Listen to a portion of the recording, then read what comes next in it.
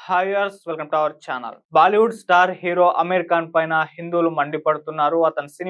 అతన్ని బాయ్‌కట్ చేయాలంటూ సోషల్ మీడియాలో విస్తృతంగా ఒక క్యాంపెయిన్ అయితే చేయడం జరుగుతుంది.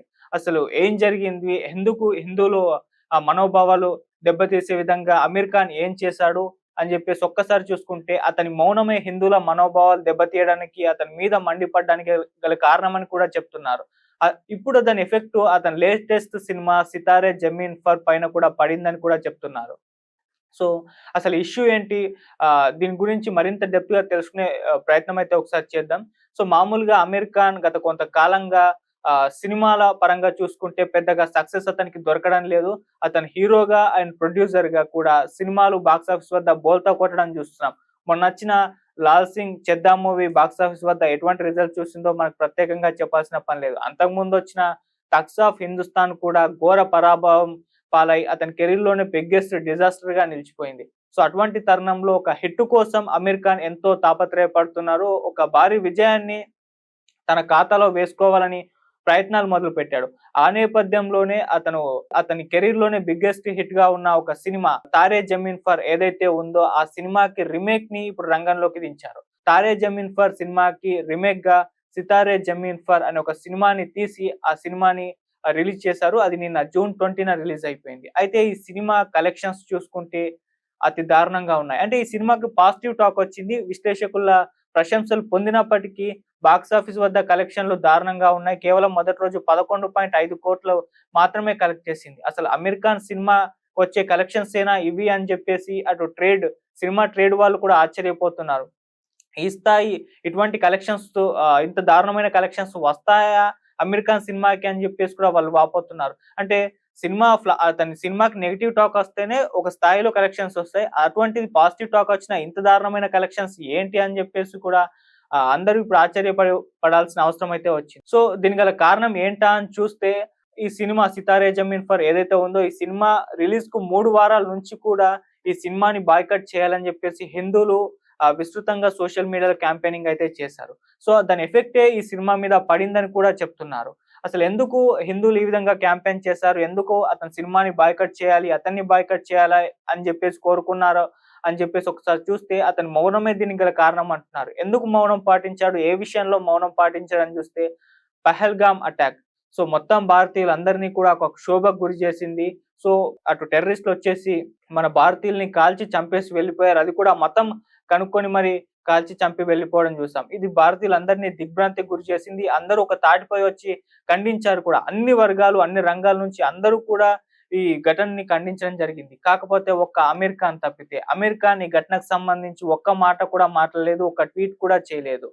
సో, ఇది హిందువుల ఆగ్రహానికి గురి చేసింది. అసలు దేశభక్తే అమీర్ ఖాన్‌కి లేదు. అటువంటప్పుడు మనం ఎందుకు అతని సినిమాల్ని ఆదరించాలి అంటూ విమర్శలైతే అతని మీద చేయడం జరిగింది. సో, ఆ తరువాత భారత్ ఆపరేషన్ సింధూర్ మొదలుపెట్టింది. సో, పాకిస్తాన్‌లో ఉన్న టెర్రరిస్ట్‌ల పైన విస్తృత స్థాయిలో దాడులు జరిపింది. సో, ఆ తరువాత అమీర్ ఖాన్ ప్రొడక్షన్ నుంచి ఒక ట్వీట్ రావడం చూసాం. అంటే ఎవరైతే ఆపరేషన్ సింధూర్‌లో పార్టిసిపేట్ చేశారో వాళ్ళ సైనికుల ధైర్య సాహసాల్ని మెచ్చుకుంటూ, అలాగే సంఘీభావం ప్రకటిస్తూ ఒక ట్వీట్ చేశారు. అది కూడా అమీర్ ఖాన్ ప్రొడక్షన్ నుంచి వచ్చింది. కాకపోతే ఆ ట్వీట్ అప్పటికే లేట్ అయిపోయింది. డ్యామేజ్‌ని కంట్రోల్ చేయలేకపోయిందని కూడా చెప్తున్నారు. అది కూడా మళ్ళీ అమీర్ ఖాన్ పైన ఇంకోసారి విమర్శలు చేయడానికి గల కారణమైంది. అంటే తన ప్రొడక్షన్ టీమ్ దగ్గర నుంచి వచ్చింది ఆ ట్వీటే గాని, అమీర్ ఖాన్ దగ్గర నుంచి ట్వీట్ రాలేదు. ఎటువంటి ఖండన అతను చేయలేదని చెప్పేసి మరోసారి విమర్శలకు అతను గురవ్వడం జరిగింది. సో, దీని ఎఫెక్ట్ అంతా కూడా తన 'సితారే జమీన్ పై పడిందని కూడా చెప్తున్నారు. అంతేకాకుండా అమీర్ ఖాన్ గతంలో చేసిన పనులను కూడా మరొకసారి తెరపైకి తీసుకొచ్చి మరీ విమర్శించడం జరిగింది. గతంలో అమీర్ ఖాన్ ఒక రష్యన్ అమ్మాయికి మద్దతు తెలిపాడు. అది జాతి వ్యతిరేకతకు అతను మద్దతు తెలుపుతున్నాడు అని చెప్పేసి కూడా అప్పుడు కూడా హిందువులు విమర్శించారు. ఈ రకంగా ఇతనికి దేశభక్తి అనేది లేదు. ఇతను హిందూ వ్యతిరేకి అంటూ ఒక ఆహ్, నరేషన్‌ని బయటకు తీసుకురావడం, ఆ సందర్భాలన్నిటిని కూడా పెట్టడం వీటన్నిటిని కూడా చూసాం. ఈ నేపథ్యంలోనే హిందువులందరూ కూడా 'సితారే జమీన్ పర్' బాయ్‌కట్‌ని చేయాలి ఈ సినిమాని అంటూ కూడా పిలుపునిచ్చారు. సో, ఆ రకంగా సోషల్ మీడియాలో, ట్విట్టర్‌లలో అన్ని సోషల్ మీడియా ప్లాట్‌ఫార్మ్‌లలో ఈ సినిమా మీద నెగెటివ్ క్యాంపెయిన్ ఒకటి స్టార్ట్ అయిపోయింది. సో, దీన్ని బాయ్‌కట్ చేయాలని చెప్పేసి వాళ్ళు కోరారు. అంటే జాతి వ్యతిరేకతకు సపోర్ట్ చేస్తున్నారు. దేశభక్తి ఏమాత్రం లేదు. హిందూ వ్యతిరేకితను అన్న ఒక ముద్ర అయితే అతని మీద పడడం చూస్తున్నాం. సో మరి దీనికి అమీర్ ఖాన్ ఏ రకంగా కూడా ఇప్పటివరకు అయితే స్పందించలేదు. మరి దాని మీద ఏమన్నా స్పందిస్తాడో లేదా అని చూడాలి. అంతేకాకుండా ఈ 'సితారే జమీన్ పర్' అనేది ఒక Spanish cinema remake. Spanish cinema 'champion' సినిమాని ఇతను ఇప్పుడు హిందీలో రీమేక్ చేయడం జరిగింది. మరి ఒక రీమేక్ సినిమాని ఇప్పుడు మనం చూడాలా?